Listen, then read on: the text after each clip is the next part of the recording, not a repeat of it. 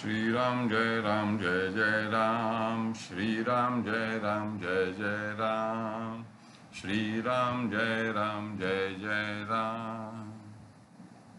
ओम नमः शिवाय, ओम नमः शिवाय, ओम नमः शिवाय। योग वासिष्ठ दिवस क्रमांक 262। वसिष्ठ पुढे म्हणाले, प्रत्येक जीवाचा संसार निराळा आहे, पण एकाचे स्वप्न जसे दुसऱ्याला दिसत नाही त्याप्रमाणे एका जीवाचा अज्ञानकृत संसार दुसऱ्या जीवाला दिसत नाही। स्वप्न किंवा मनोराज्य यातील एकाची स्थिती दुसऱ्याला दिसत नाही म्हणून ती भिन्न नाही असे ठरत नाही। तसेच प्रत्येक जीवाची संसार भ्रांती निराळी नाही असेही म्हणता येत नाही।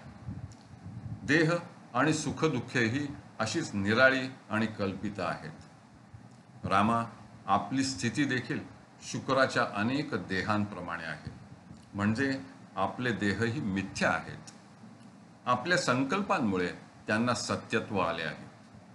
आपल्याला भासमान होत असलेला सर्ग व्यष्टी जीवांच्या सर्गांप्रमाणे हिरण्यगर्भाच्या संकल्पामुळे उत्पन्न झालेला आहे। व्यष्टी समष्टींच्या ह्या सर्गांना पारमार्थिक सत्यता नाही। सर्गरूपाने सर्वत्र ब्रह्मच स्थित आहे। अनादि अज्ञानात असलेले चित्तच जगद्रूप बनते आणि तेच विनाश पावते। चित्ताच्या प्रतिभासामुळे जगत प्रत्यक्ष दिसते, परंतु त्याचे अधिष्ठान असलेल्या ब्रह्माचे दर्शन झाले म्हणजे जगद्रूप मिथ्या असल्याचा अनुभव येतो। जगत हे एक दीर्घ स्वप्न असून चित्ताचे ते बंधस्थान आहे। चित्ताची सत्ता म्हणजे जगत सत्ता आणि जगत सत्ता म्हणजे चित्त सत्ता होय।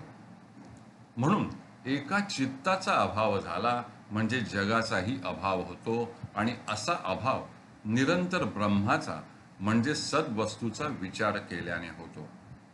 चित्त एकाग्र करण्याच्या अभ्यासाने ते शुद्ध होते आणि मग ते सत्य संकल्प बनते। परंतु मलिन चित्ताचे ठिकाणी अद्वैत ज्ञानदृष्टी बाणत नाही। यावर राम म्हणाला, हे जग प्रतिभासिक आहे, म्हणजे वासनेनुसार जगद्भ्रम होतो असे आपण म्हणता। पण शुक्राचा जन्म त्या कल्पातील प्रथम असल्याने त्याच्या ठिकाणी वासना असण्याचा संभव नाही। अशा स्थितीत उदय आणि अस्त यांनी युक्त अशा कालक्रियांचा क्रम त्याला कसा प्रतीत झाला।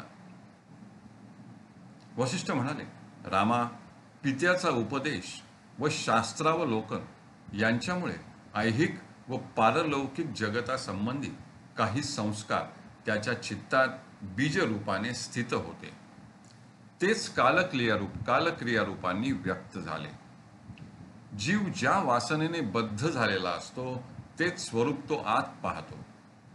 हेच दृष्टांत म्हणजे स्वप्नातील कल्पित शरीर होय। म्हणजेच जग हे एक दीर्घ स्वप्न आहे आणि ते प्रत्येकाच्या कल्पनेप्रमाणे निराळे दिसते। राम म्हणाला, प्रत्येकाचा संसार स्ववासना कल्पित असतो असे आपण म्हणता। मग एका जीवाचा संसारखंड दुसऱ्याला दिसतो की त्याचाच त्याला दिसतो? कारण ह्या वासना कल्पित संसारांचे मिलन होत असेल तर संसार सामान्य ठरून एका जीवाला ज्ञान झाले तरी मेलनामुळे त्याच्या मुक्तीची आशा नाहीशी होऊ लागेल आणि स्वप्नातील संसारांचे मेलन होत नाही असे मानले तर गुरुशिष्य संबंध वा शास्त्रांचे प्रणयन हे सारे व्यर्थ ठरू लागेल। म्हणून यातील खरे काय आहे ते मला समजावून सांगा। हरि ओम तत्सत, हरि ओम तत्सत, हरि ओम तत्सत।